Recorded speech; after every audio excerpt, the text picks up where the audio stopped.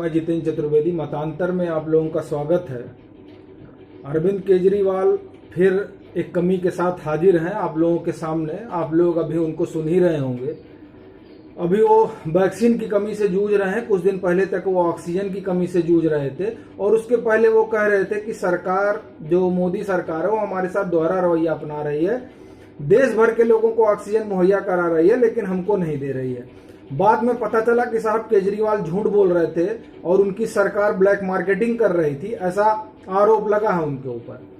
और अब वैक्सीन की बारी आ गई है। बता रहे हैं कि वैक्सीन की कमी है। मतलब कोरोना और पॉलिटिक्स दोनों साथ साथ चल रहे हैं। तो अब वो जो है दूसरे सिगुफे के साथ उतरे हैं कि अब पहले तो दिल्ली में ऑक्सीजन नहीं थी, जबकि 700 मीट्रिक टन चाहिए थी कि 976 मीट्रिक टन चाहिए थी, ये वो लोग तय नहीं कर पा रहे थे। जब बात ऑक्सीजन के ऑडिट की आई तब अरविंद केजरीवाल भी 700 पर आ गए और मनीष सिसोदिया, जिन्होंने लंबा खत लिखा था पीयूष गोयल को कि हमको 976 मीट्रिक टन चाहिए, वो भी 700 मीट्रिक टन पर आ गए।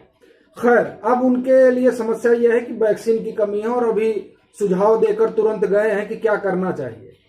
तो दरअसल 2024 में प्रधानमंत्री पद के उम्मीदवार कई हो गए हैं, उसमें केजरीवाल भी हैं। उनको लग रहा है कि ममता बनर्जी ने बाजी मार ली है, मैं कहीं पीछे न रह जाऊं। खैर, ये जो आपदा में अवसर तलाशने की राजनीति चल रही है उसमें कोई अछूता नहीं है। सोनिया गांधी ने पत्र लिखकर कहा कि ये सिस्टम का नहीं, मोदी गवर्नमेंट का फेल्योर है। उसके जवाब में जेपी नड्डा ने एक पत्र लिखा है सोनिया गांधी को और कह रहे हैं कि कांग्रेस का रवैया इस दौरान ठीक नहीं रहा है।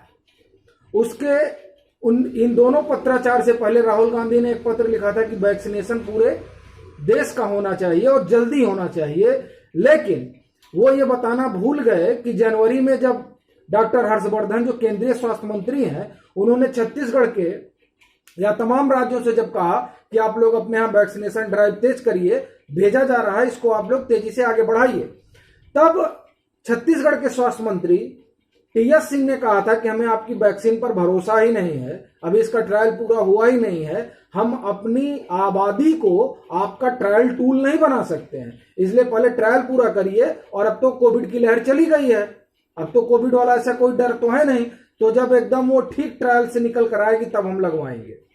ये उनके टीएस सिंह कह रहे थे। तो अब क्या राहुल गांधी पूछ लें एक बार टीएस सिंह से कि क्या वो ड्राइव वो मान रहे हैं कि पूरी हो गई है।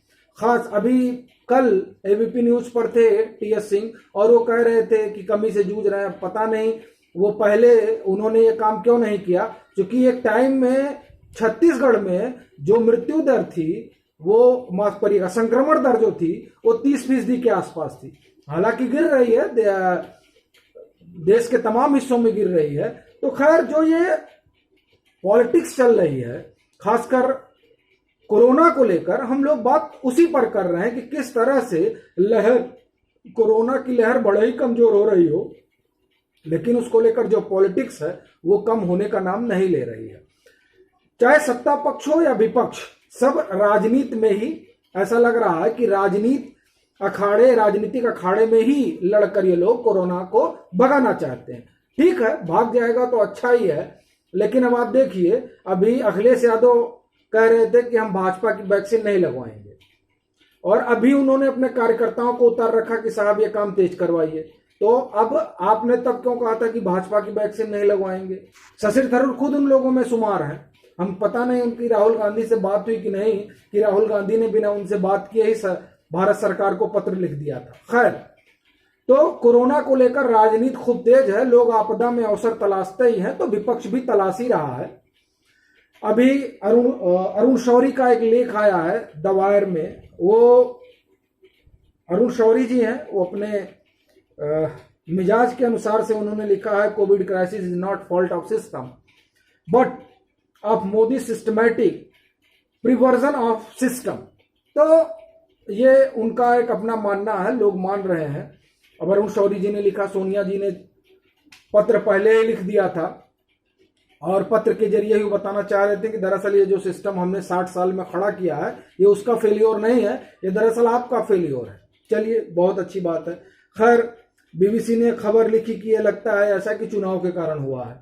दरअसल बात यह है, जब आप ये कहते हैं कि चुनाव के कारण हुआ है, तब सवाल यही से पैदा होता है कि पंजाब में चुनाव नहीं था, राजस्थान में चुनाव नहीं था और छत्तीसगढ़ में चुनाव नहीं था और कर्नाटक में चुनाव नहीं था। तो यहां दरअसल जो डेडली वेव आई कोविड की, उसके पीछे क्या वजह रही, ये एक बड़ा सवाल है। और ये सवाल उन भाजपा शासित राज्यों में भी उठता है जो लोग ये बताने से गुरेज नहीं करते हैं कि साहब हमारे यहाँ सारी व्यवस्थाएं हैं। अगर सारी व्यवस्थाएं हैं तो लोग दर दर नहीं भटकते, जहां लाइन नहीं लगानी चाहिए वहां लोगों को लाइन नहीं लगानी पड़ती। तो ये सब कहने की बजाय, वो सुनहरी तस्वीर उकेरने की बजाय जो वास्तविकता है उसको बताया जाना चाहिए। क्योंकि अगर आप ऐसा नहीं करते हैं तो दरअसल आप जो कह रहे हैं उससे लेकर आवाम में क्षोभ पैदा होता है, और वो लोग जो ये कहते थे कि हम भाजपा की वैक्सीन नहीं लगवाएंगे, उनको उस क्षोभ को कैश कराने का अवसर मिलता है। तो ये जो प्रशासनिक और पॉलिटिकल नासमझी है, ये जहां पर भाजपा की सरकारें हैं, दरअसल उसमें सुधार करना चाहिए। क्योंकि विपक्ष, जैसे आप राजनीति में माहिर हैं, वैसे विपक्ष को ये जो महामारी है वो राजनीति का एक सुनहरा अवसर मिला है। और इसी वजह से जब बात इस महामारी की होती है तो बात छत्तीसगढ़ की नहीं होती है, जहां ऑक्सीजन का उत्पादन होता है लेकिन लोग ऑक्सीजन की कमी से दम तोड़ रहे हैं।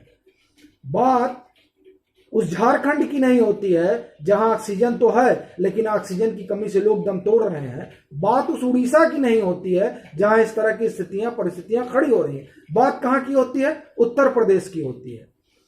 उत्तर प्रदेश में बनारस की बात होती है, लखनऊ की बात होती है, गोरखपुर की बात होती है। वो दरअसल इसी वजह से होती है कि ये जो राजनीति है, इस महामारी को लेकर जो विपक्ष को एक अवसर मिला है वो उसे पूरी तरह से भुनाना चाहता है, और सत्ता पक्ष को चाहिए कि उसको मौका न दे। और उसका सबसे सही तरीका है कि प्रशासन और शासन इस चीज को माने कि हाँ कुछ कमियां रही हैं, और वैसे भी यह आपदा है। आपदा में आप एकदम सटीक और सही काम करेंगे। उस तरह का सिस्टम जब अमेरिका का नहीं खड़ा हो पाया तो ये तो हिंदुस्तान है। लेकिन दरअसल ये मानने की बजाय जब सत्ता पक्ष इस पर आ जाता है कि नहीं साहब हमने तो सब कुछ कर दिया, तब वो लोग जो कहते हैं कि वैक्सीन का ट्रायल अभी पूरा नहीं हुआ है इसलिए हम अपनी आबादी को, अपने राज्य की आबादी को आपके ट्रायल टूल नहीं बना सकते हैं, उन पार्टियों को यह कहने का मौका मिल जाता है कि साहब आप क्या कर रहे हैं। तो दरअसल सत्ता पक्ष, चूंकि वो सत्ता पक्ष है इसलिए उसकी जिम्मेदारी भी बड़ी है, और उस जिम्मेदारी को इस तरह उनको चलना भी चाहिए कि ये जो विपक्ष है वो लोग जो शायद पिछले 6 साल में सेंटर में और बाकी जो भाजपा शासित राज्य हैं जहां चुनावी बेला 2022 में है, वहां पर उनको कोई अवसर नहीं मिला था एक तरीके से पॉलिटिक्स करने का, लेकिन इस महामारी ने उन्हें एक अवसर दिया है राजनीति करने का और जनता की नाराजगी को कैश करने का। देखिए जनता नाराज है, ये सत्ताधारी दल के नेता भी मानते हैं कि इस महामारी की वजह से नाराजगी है लोगों में। वो नाराजगी दूर जो जनप्रतिनिधि हैं, जो सरकार है, उनकी विनम्रता से जाएगी, ऐसा मेरा मानना है। बाकी राजनीति तो खूब हो रही है, बस ये समझिए कि जो सरकारें हैं उनको इस बात का उनको बधाई देनी चाहिए इस बात की कि वो जो दूसरी वेव है उसको नियंत्रित करने में वो काफी हद तक कामयाब हो रहे हैं, ऐसा आंकड़ों में दिखाई दे रहा है। लेकिन जो नाराजगी है वो नाराजगी लोगों में बनी हुई है, उसको जीतने के लिए इस तरह की जो चीजें हैं, जो तमाम बार बार खबरें आ रही हैं, तमाम अखबार लिख रहे हैं कि साहब वहां कालाबाजारी हो रही है, साहब वहां कालाबाजारी हो रही है। अच्छा, कुछ सरकारें तो प्रायोजित रूप से करा रही हैं तो हम उन पर नहीं जाते हैं, लेकिन जो सरकार और कुछ विपक्ष के लोग भी हैं जो उसमें लगे हुए हैं, और ये सब खुला रहस्य है।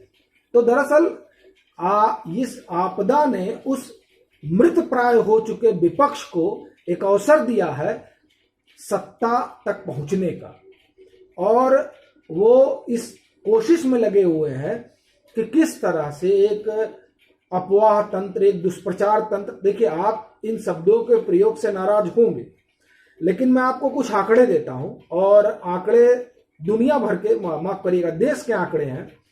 आप उन आंकड़ों में देखिए कि क्या हालात में कोई सुधार ही नहीं हुआ है, एक बात। दूसरी बात कि जो लोग ये बात कर रहे हैं कि फलानी सरकार जिम्मेदार है और ढिमकानी सरकार जिम्मेदार है, क्या उन लोगों से किसी ने ये पूछा, या क्या जो लोग इस तरह का अभियान चला रहे हैं उन लोगों के बारे में जानने की कोशिश की गई कि किस तरह का माहौल उनके यहां था?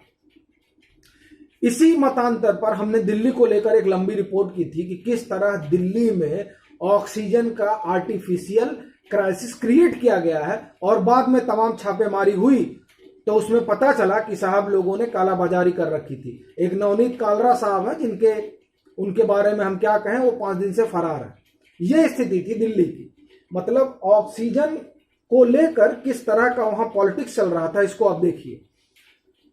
किस तरह से कितनी रोज की जरूरत है उसको लेकर हेराफेरी चल रही थी, आप ये देखिए। अभी आप देखिए कि झारखंड में क्या स्थिति है।